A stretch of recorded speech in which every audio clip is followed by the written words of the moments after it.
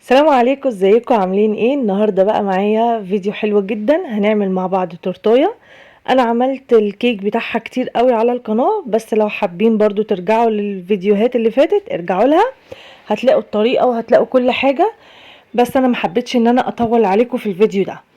اول حاجه انا عملت كيلو من دقيق الاسبونج، حطيت عليه 12 بيضه. تمام.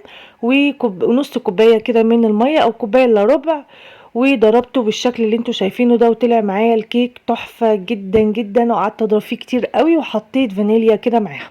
تمام. عايزين تحطوا محسن جل حطوا. وطلعت الكيك بتاعي بقى من الفرن، سبته يهدى، وتاني يوم اشتغلت فيها. هنا معايا هنا زي ما انتوا شايفين ده توبينج مانجا. كوبايه من المانجايه واحده قطع، ومانجايه ضربتها في الهاند بلندر من غير اي حاجه خالص. والكوبايه اللي انا ضربتها في الهاند بلندر ديت حطيتها على النار، معاها معلقتين كده من السكر.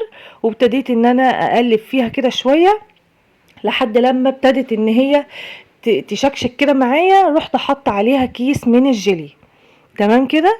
جيلي بقى مانجا برضو. واول ما خد غلوه كده رحت قافله ومنزله قطع المانجا زي ما انتم شايفين كده. عايزه اقول لكم طعمها فظيع، حلوه جدا جدا. والتورتايه دي كانت بمناسبه عيد ميلاد حماتي، فقلت ايه ان انا اعمل لها حاجه يعني تفرحها. وهتشوفوا بقى انا زينتها تزيين حلو قوي. هتشوفوها طبعا، وانتوا زمانكم شفتوها في الصوره، هتعجبكم قوي. تمام. معايا بقى زي ما انتوا نزلتوا، زي ما انتوا شفتوا كده ال ال التوبنج اللي انا عملته، نزلته الاول هو اللي على الكيك بحيث ان الكيك يتشرب منه. ما احطوش فوق الكريمه، ان انا لو حطيته فوق الكريمه هتلاقوه سايح كده من الجناب. فقلت لا، انا هخلي التوبنج هو اللي تحت. والقطع بقى اللي انا وريتها لكم من شويه دي قطع خوخ، اللي هي الكمبود. تمام كده. اهو بالشكل ده كده.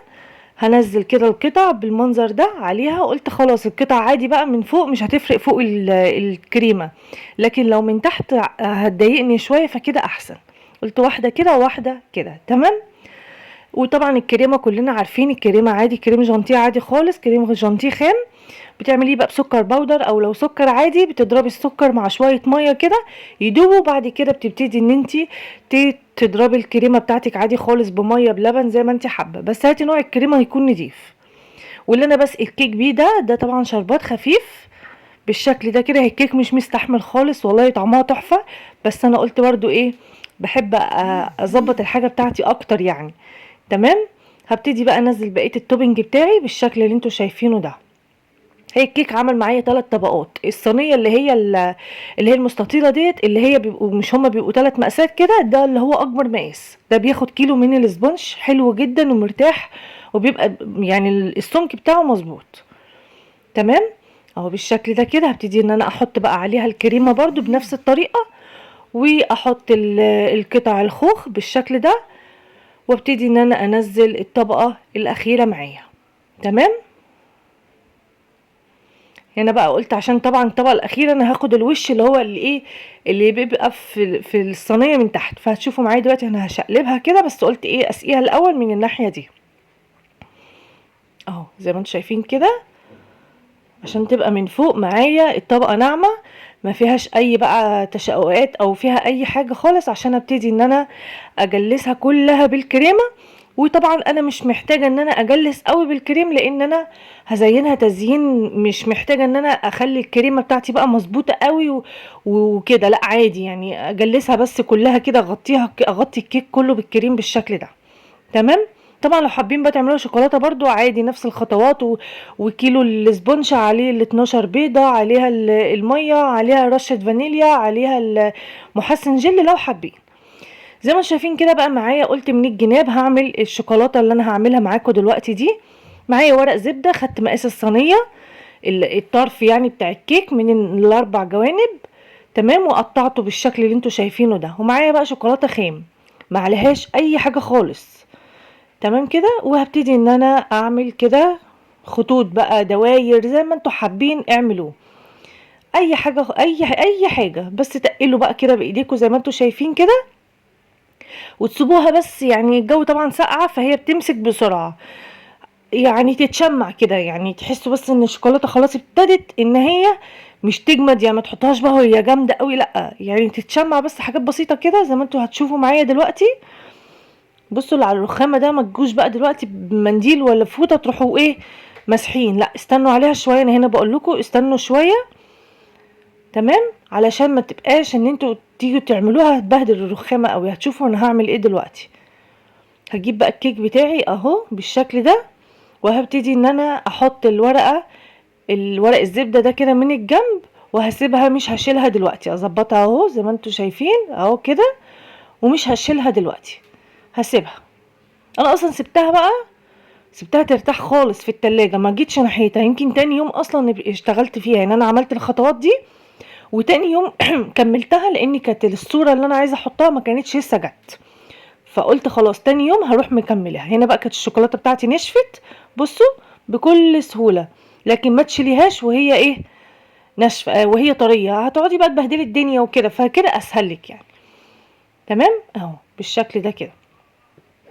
هنكمل برضو بقية الجوانب التانية بنفس الطريقة كده برضو اهو، وهبتدي ان انا اعمل الجنب بتاعي برضو بكل سهولة وسهلة جدا. يعني اللي ما بيعرفش يزين تورت هيعرف يعمل دي، وتبقى انت ريحتي نفسك من التزيين، او تقطعي فاكهة، او تعملي. في ناس ما بتعرفش تزين فيها، يعني ممكن يعملوا الخطوات كلها صح والكيك بيبقى طعمه تحفة بس الشكل بتاعها مش حلو. فده اللي ما بيعرفش يزين ممكن يعمل حاجة زي كده سهلة جدا، ما فيهاش اي حاجة خالص، ولما بتيجي تشيلي الورق بيتشال بمنتهى السهولة. تمام، جينا بقى خلاص كده. متهيألي هنا خلاص تاني يوم بعد ما سبتها بقى في التلاجة، انا سبتها في التلاجة زي ما هي كده بالورق بكل ده. هبتدي بقى ان انا اشيل اهو زي ما انتوا هتشوفوا معايا، سهلة جدا جدا جدا اهو. بصوا الطرف ده كله كده بيتشال بكل سهولة، وبالراحة كده عليها هتلاقوها اتشالت معاكم اهي بالشكل ده كده. بصوا سهلة جدا جدا ما فيهاش اي حاجة، والشوكولاتة ثابتة وكل حاجة اهو. بصوا فظيعة. بتاخدوا بس السمك الاول الورقة باعلى من التورتايه شويه، لو عايزينها بنفس السمك مفيش مشكله. هنا بقى معايا الصوره طبعا جبتها بقى بالشكل ده. طبعا الصوره مش هتلزقوها كده على طول، بندهن ظهرها شوكولاته، اي نوع شوكولاته عندك، اي نوع عايز تعملي انت جناش وتحطيها حطيها، عايزه تعمليها زي ما انا شوكولاته اللي موجوده اللي هي انا بستعمل سما يعني. تحطي الشوكولاته كده سما عليها كده من ورا وتحطيها، هتبقى زي الفل جميله جدا. او بالشكل ده كده هبتدي ان انا اجلس الصوره بتاعتي من ورا، بتبقى فيه ورقه كده الاول بنشيلها، وبعد ما بنشيل الورقه اللي ورا ديت بنبتدي ان احنا نعملها بس واحده واحده، لان طبعا ديت الورق ده بيبقى عجينه سكر يعني من السكر نفسه، بالراحه عليه علشان بيتقطع. فوانتي بتجلسي بالراحه كده واحده واحده، ابتدي ان انتي بظهر المعلقه واحده واحده، وعايزه صبر شويه تجلسي كلها ما تسيبيش حاجه فيها. تمام كده. نيجي بقى نحطها على التورتايه بتاعتنا، تكوني ظابطه ايديكي بالشكل اللي انتوا شايفينه ده كده، وتوسطنيها علشان تبقى كلها سوا واحد، ما تبقاش حته كده وحته كده اهو بالشكل ده كده. ابتدي ان انا احطها واحده واحده. تمام. عايزه اقول لكم بجد كان طعمها تحفه، وعجبت حماتي جدا جدا لانها كانت فرحانه بيها بصراحه، كانت يعني جديده كده، وانا رحت عليها بصراحه من غير ما اعرفها ان انا عامله لها حاجه يعني، فخدتها معايا كده، فكانت بتبقى مفاجاه حلوه قوي قوي. والكيك بقى طري وتحفه، لان طبعا مسقي بقى الشربات ومحطوط له التوبنج اللي احنا عملناه المانجا، فطعمها حلو جدا. تمام. الصورة يعني الحركة دي خلاص هي ممكن التورتايه تكون جاهزة على كده وتمام زي الفل مفيش اي حاجة. ممكن بقى تحطي كريم جانتيه على طروفها، مش عايزة تحطي على طروف الصورة اهو، يعني بصوا كده المنظر اهو.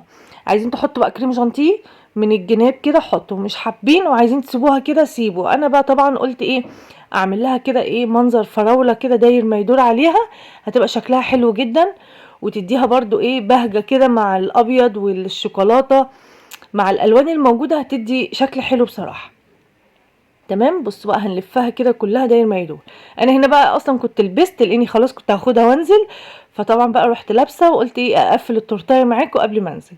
وادي ده الشكل النهائي بتاعها. عايزه اقول لكم تحفه. والحته اللي تحت دي انا سبتها علشان كلمه ايه ست الحبايب كده مع الوردتين الصفر دول يبقى شكلها حلو.